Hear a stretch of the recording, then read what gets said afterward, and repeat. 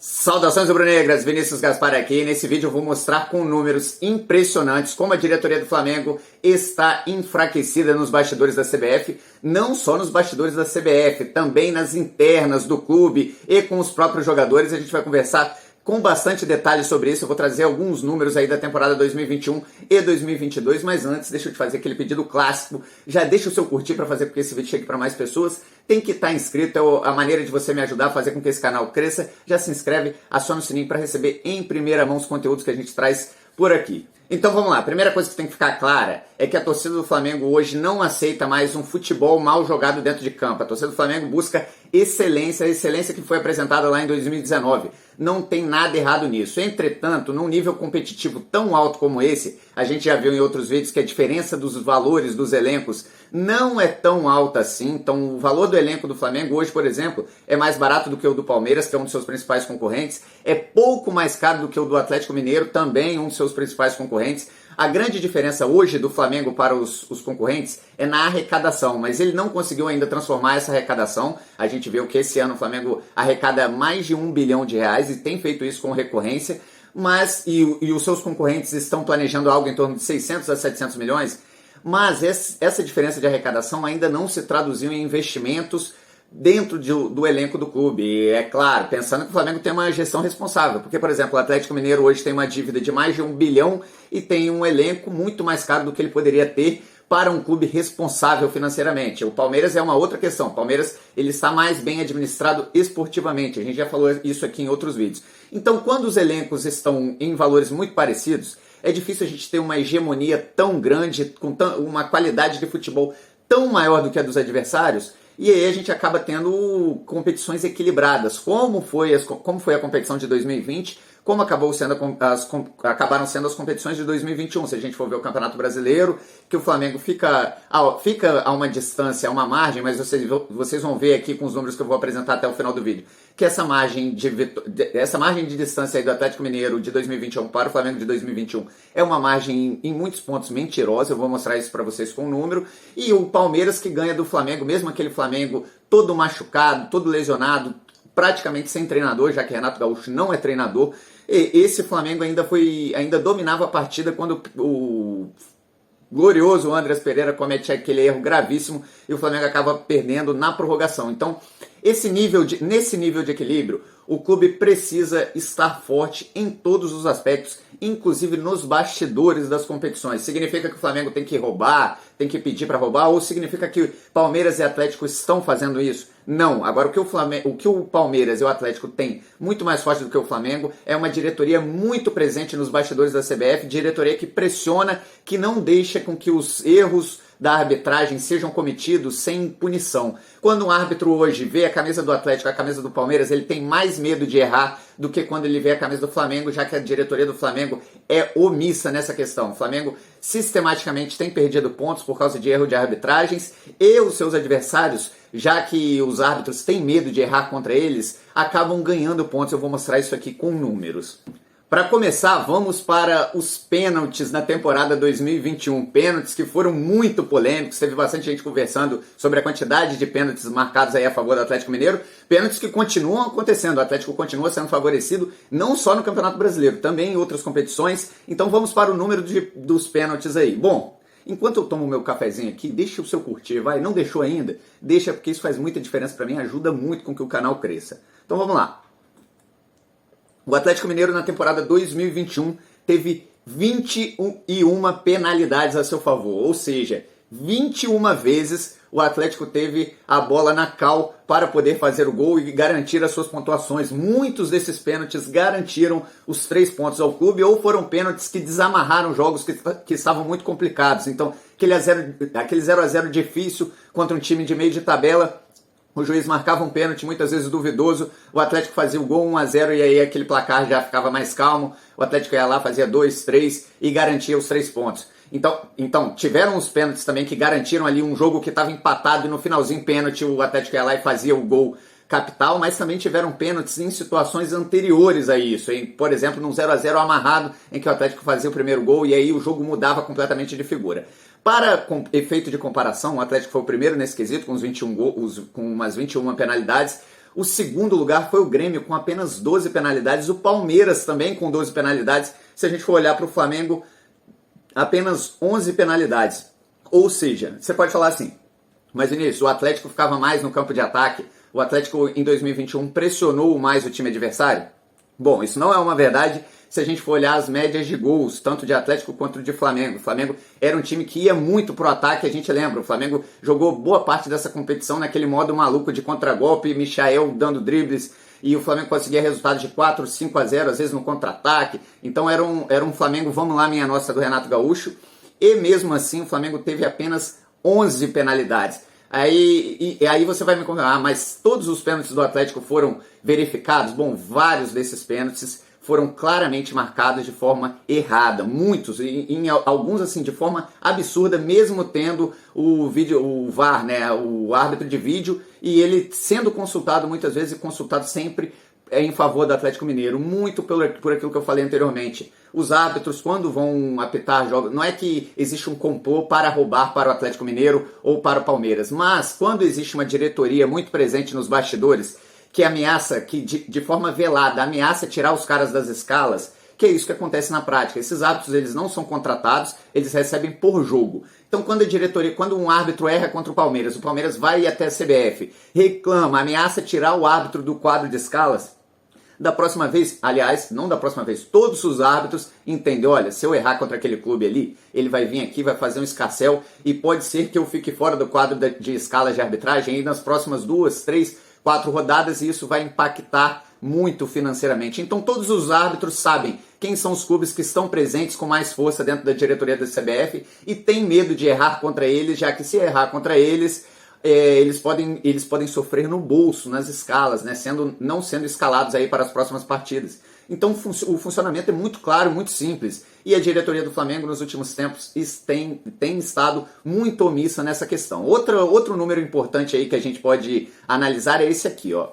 Segundo a 365 Sports, que fez um levantamento dos erros mais graves de arbitragem da temporada 2021, o erro mais claro é aquele do impedimento do Gabigol contra a Chapecoense, jogo que o Flamengo empatou 2-2. Percebam, se lá com os pênaltis do Atlético, o Atlético garantiu muitos pontos que de repente não teria, não fossem os pênaltis mal marcados, o Flamengo aqui já começa a inaugurar os pontos que deixou de ganhar por erros gravíssimos. Não estou falando de erro de interpretação. Por exemplo, nessa última partida, a gente pode ter interpretações diferentes para o pênalti do Isla no Cirino. Aquilo ali foi pênalti ou não? Tem câmera que mostra que sim, tem câmera que mostra que não. Eu acho que não foi pênalti. A maior parte das pessoas também acha que não. Mas ok, ali ainda existe casos de interpretação. Agora, o site 365 listou, além desse que foi o principal erro da temporada 2021, também listou alguns outros lances em que o Flamengo perdeu pontos por erros gravíssimos, não interpretativos. Então vamos ao primeiro. Esse é o lance da Chapecoense. 2 erros em um lance só. O Gabigol recebe o lançamento de Willian Arão e perde a disputa de bola com o goleiro da Chapecoense. Perde por quê? Porque o goleiro faz uma interceptação faltosa. Acontece que o lance foi anulado após o bandeirinha assinalar erroneamente o impedimento, já que o Gabriel estava atrás da linha do meio campo. Isso que é o mais absurdo. Na sequência, o goleiro da Chapecoense intercepta a bola com os braços fora da área. Lance claro de expulsão. Ou seja, naquele jogo que foi 2-2, o Flamengo poderia ter feito mais um gol com o Gabigol, que a bola já tinha a direção do gol naquele momento, e ainda a Chapecoense teria ficado com um jogador a menos, sem o seu goleiro titular ainda por cima. Então olha que erro gravíssimo que acabou tirando 2 pontos do Flamengo na competição, já que esse jogo acabou terminando 2-2. Outro momento importante, nesse mesmo jogo o Flamengo teve um pênalti não marcado, um claríssimo pênalti, o Gabigol é derrubado dentro da área e o pênalti não é marcado. Mais um lance capital que acabou tirando pontos aí do Flamengo. Isso tudo com o campeonato já tendo árbitro de vídeo. No jogo contra o Atlético Paranaense, esse já era o momento final da competição, que era muito importante. Essas pontuações, o Flamengo estava se aproximando do Atlético Mineiro naquele momento, e com esses pontos as coisas poderiam ter tido uma história diferente. Bom, o Renato Kaiser deveria ter sido expulso. Obviamente, ele dá 2 socos e um chute no Léo Pereira. O árbitro de vídeo chama o árbitro, que naquela altura, se eu não me engano, era o Daronco. Eu acho que era o Daronco. Quem souber já deixa aqui nos comentários. e aí o árbitro vai até a cabine de vídeo e resolve dar só cartão amarelo para o Renato Kaiser, e pior do que isso, o Renato Kaiser vai e faz o gol depois da vitória, e o Flamengo acaba perdendo aquela partida, sem ter o Renato Kaiser expulso, porque aí mudaria completamente. O Renato Kaiser teria sido expulso, o Flamengo jogaria com um a mais no campo do adversário e não teria que se confrontar com um jogador que àquela altura era o melhor jogador da equipe. Outros casos absurdos também. Pênalti não marcado contra o Cuiabá. O Yuri do Cuiabá dá uma cotovelada absurda no Vitinho, quem não lembra desse lance, uma cotovelada bem forte, era para ter sido expulso na hora, e mais o pênalti, e o árbitro também não é chamado e resolve seguir o jogo normalmente. Gol mal anulado contra o Cuiabá. Michael faz um gol que é mal anulado também. O Flamengo perde pontos nessa partida. Outro pênalti não marcado contra o Internacional. O Gabigol chega à linha de fundo para cruzar e acaba tomando um tranco nas costas. Outra partida que acabou se enroscando. Esse lance foi bem importante porque ele foi muito parecido com o que havia sido marcado tanto para Palmeiras quanto para Atlético Mineiro em uma rodada anterior. Então estava claro que a forma com que a arbitragem estava julgando não estava semelhante entre os três principais concorrentes da competição. Aí outro erro importante, pênalti não marcado contra o Juventude. Lembrando que o Flamengo perde essa partida com aquela bola em que o Mateuzinho vai tentar cruzar ainda sob o comando do Rogério Ceni, e a bola acaba ficando presa na poça de água. Além disso, além de tudo, além desse erro claro aí num pênalti contra o Gustavo Henrique, que domina uma bola dentro da área e acaba recebendo um chute, aquele jogo não deveria ter acontecido, não tinha condição de jogar futebol naquela parte, do jeito que estava o gramado, e o Flamengo acaba perdendo 3 pontos. Olha quantos pontos a gente já citou que o Flamengo perdeu em erros óbvios e claros. Você vai falar, mas o Atlético também não teve teve erros desse tipo? Teve, mas muito menos do que o Flamengo, e para compensar ainda teve o tanto de pênaltis a favor que nós estávamos falando aqui anteriormente. Bom, o gol do Bragantino nos acréscimos, esse eu deixo uma dúvida, para quem não lembra, o Flamengo no Maracanã fazia uma boa partida, 2-2, e acaba que o Bragantino vai puxar o contra-ataque quando o cronômetro já estava zerado, ou seja, o Bragantino passa da linha do meio de campo para ir para ataque, o acréscimo já tinha terminado, é algo em torno de 20 segundos. E aí o gol é feito nesse contra-ataque, já está quase 1 minuto além dos acréscimos indicados pela arbitragem. O jogo já poderia ter acabado, o Flamengo ter garantido aquele 1 ponto, acabou perdendo aquele jogo. Outro pênalti não marcado contra o América Mineiro, um pisão claro no pé do Vitinho dentro da área. Pênalti não marcado contra o próprio Palmeiras, aí sim o árbitro Daronco, ele deixa de marcar um pênalti do Luan, zagueiro do Palmeiras, no Bruno Henrique, alegando falta de Pedro no início da jogada. Na verdade, para ser bem sincero, eu não lembro muito bem desse lance, não. Bom, tiveram outros tantos erros. Se você lembra algum outro, deixa aqui nos comentários aí, que eu não lembrei. Eu lembrava muito desses, esse só contra o Palmeiras que eu não lembrava. Isso tudo está elencado no site 365. E 2022? 2022 começou exatamente como terminou 2021, contra o Coritiba, partida em que o Atlético Mineiro abriu 2-0 e acabou tomando empate 2-2. O Hulk dá um chute no jogador do Coritiba, um chute claro, que pega forte no jogador, e aí o árbitro resolve contemporizar e não expulsar o melhor jogador do Atlético Mineiro, e jogador que poderia dar um resultado. Aliás, o Coritiba poderia ter tido uma sorte melhor nessa partida, além do empate, já que o Atlético ficaria com 1 a menos, poderia de repente fazer o gol da vitória.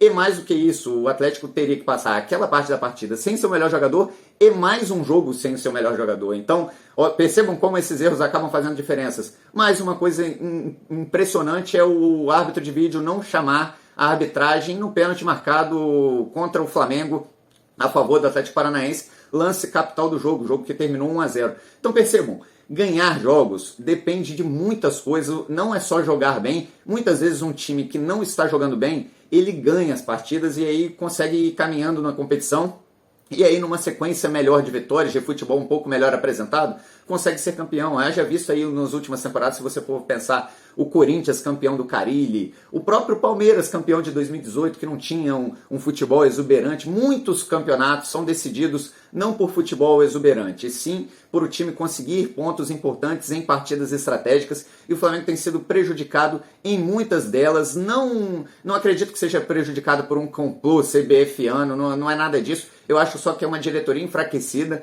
uma diretoria que está botando atenção em outras áreas que não propriamente o clube. A gente sabe que Rodolfo Landim, Marcos Braz, esses estão com atenções voltadas para outras áreas que não o futebol do Flamengo, e isso é muito prejudicial ao clube. Além disso, a gente sabe também que existem pessoas dentro dos cargos de direção do Flamengo que não estão preparados para ocupá-las. Dou nomes aqui, o Juan é um excelente zagueiro da história do Flamengo, não está preparado para ser da diretoria. Fabinho Soldado, outro que ocupa cargo estratégico dentro do clube, que não está preparado para tal. E o Flamengo vai ficando enfraquecido nas zonas de competições, tanto dentro de campo quanto as zonas internas, que são sim importantes para fazer um clube vencedor, principalmente em competições tão equilibradas como estão a temporada tanto do Campeonato Brasileiro, Copa do Brasil e Libertadores. Então o Flamengo precisa brigar por cada possível vantagenzinha ante seus adversários e não está fazendo isso. Então a possível vantagem de elenco que o Flamengo tenha hoje para os seus dois concorrentes acaba se dissipando nessas pequenas coisas que o Flamengo vai deixando passar e aí vai se enfraquecendo tanto interna quanto externamente. Bom, esse foi o vídeo de agora, espero que vocês tenham gostado. Já deixa seu like, se inscreve no canal para receber em primeira mão os conteúdos que a gente traz por aqui. Quando você deixa o like, você está me ajudando, é uma forma de você patrocinar esse canal. Mengo é paixão, valeu!